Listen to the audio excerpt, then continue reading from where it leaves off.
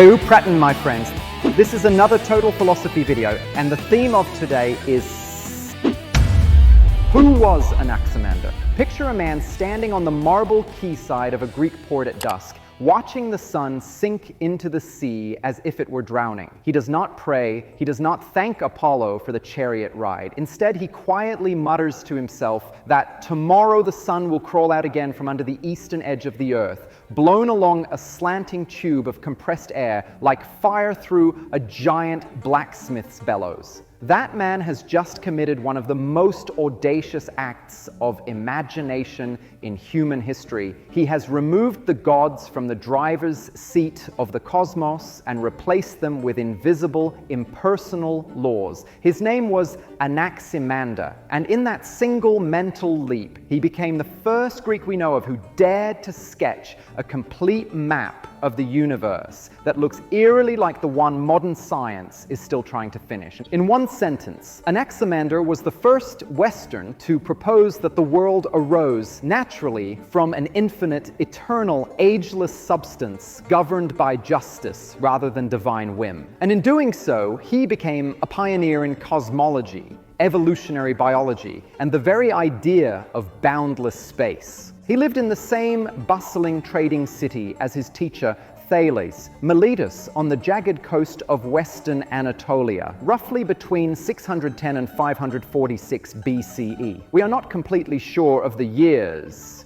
Ancient chronologists worked backward from the fall of Sardis in 546, and from the fact that he was said to be 64 in the year of that battle.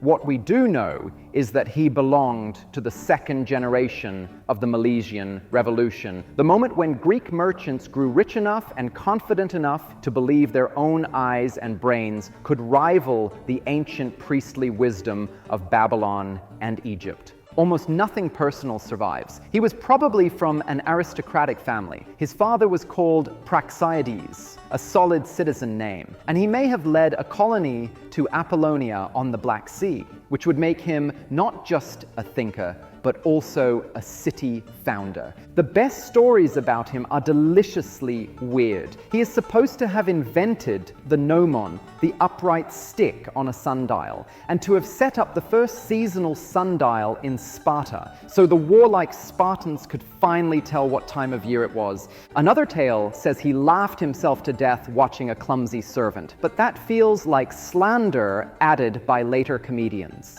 What is certain is that he was the first Greek we know who dared to draw a map of the entire known world on a bronze tablet and display it publicly, and the first to build a three-dimensional model of the heavens.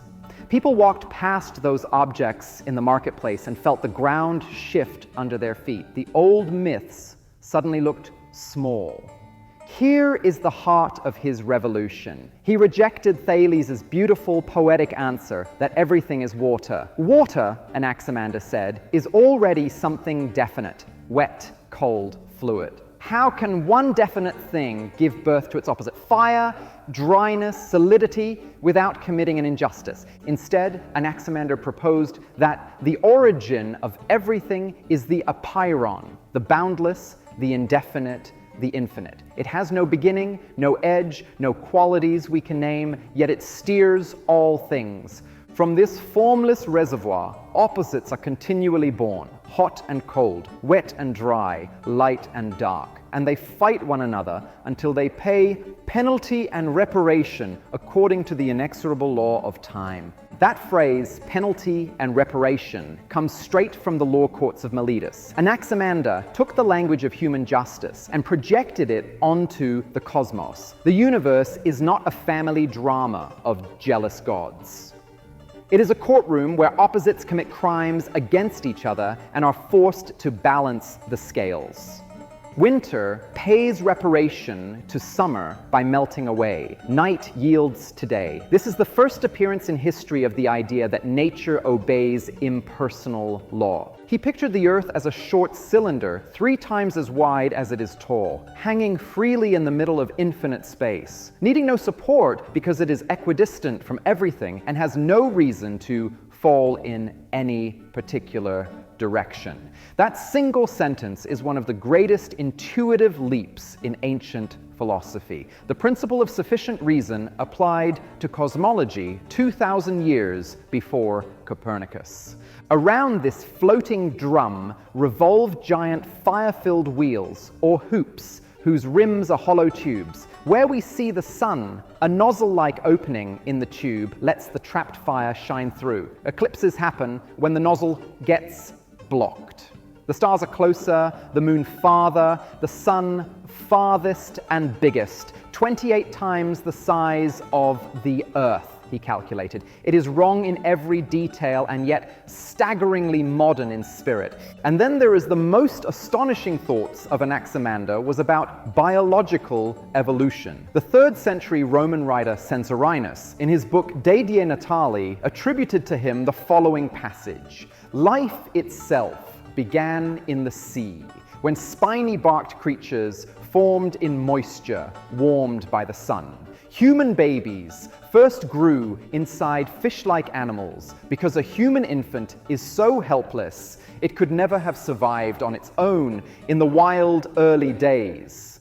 The fish ancestors eventually burst open on dry land and people stepped out, blinking, into the air. That is the first theory of evolution ever recorded, 23 centuries before Darwin. He argued by a mixture of bold abstraction and careful observation. Where Thales generalized from everyday experience, Anaximander generalized from symmetry and justice. If hot needs cold to exist, neither can be ultimate. There must be something beyond both. If the earth falls, where does it fall to? There must be no privileged direction, therefore infinite equilibrium. He measured, he calculated, he listened to sailors who had seen water spouts and whirlpools, and he turned everything into geometry. He taught Anaximenes, who simplified the apeiron back into air, and through him the Milesian school continued. Pythagoras was a younger contemporary, somewhere in the Greek world, perhaps already experimenting with number mysticism. Across the sea in Persia, the Magi were chanting hymns to Ahura Mazda, while Hebrew prophets were writing the first chapters of Genesis. None of them knew it, but Anaximander had just drawn the blueprint for every future cosmology. An infinite universe, natural law, evolution, balance of opposites. Plato never mentions him by name, perhaps out of aristocratic snobbery, but when Aristotle describes the earliest thinkers, Anaximander is mentioned. For starter reading, almost everything is lost. We have exactly one sentence that scholars agree is word for word his, preserved by the 6th century commentator Simplicius. Everything else comes in later quotations. The best entry point is the collection of pre-Socratic fragments by Diels-Krantz, or the more readable English versions in Kirk, Raven, and Schofield's The Pre-Socratic Philosophers. If you want to feel the ancient awe, read the chapter on Anaximander in Carlo Rovelli's short book, Anaximander and the Birth of Science. And now, slowly, the single surviving sentence that has come down to us intact, one of the oldest pieces of Western philosophical prose in existence. Where the origin of things is, to that place they must also pass away according to necessity, for they must pay penalty and reparation for their injustices in accordance with the ordinance of time.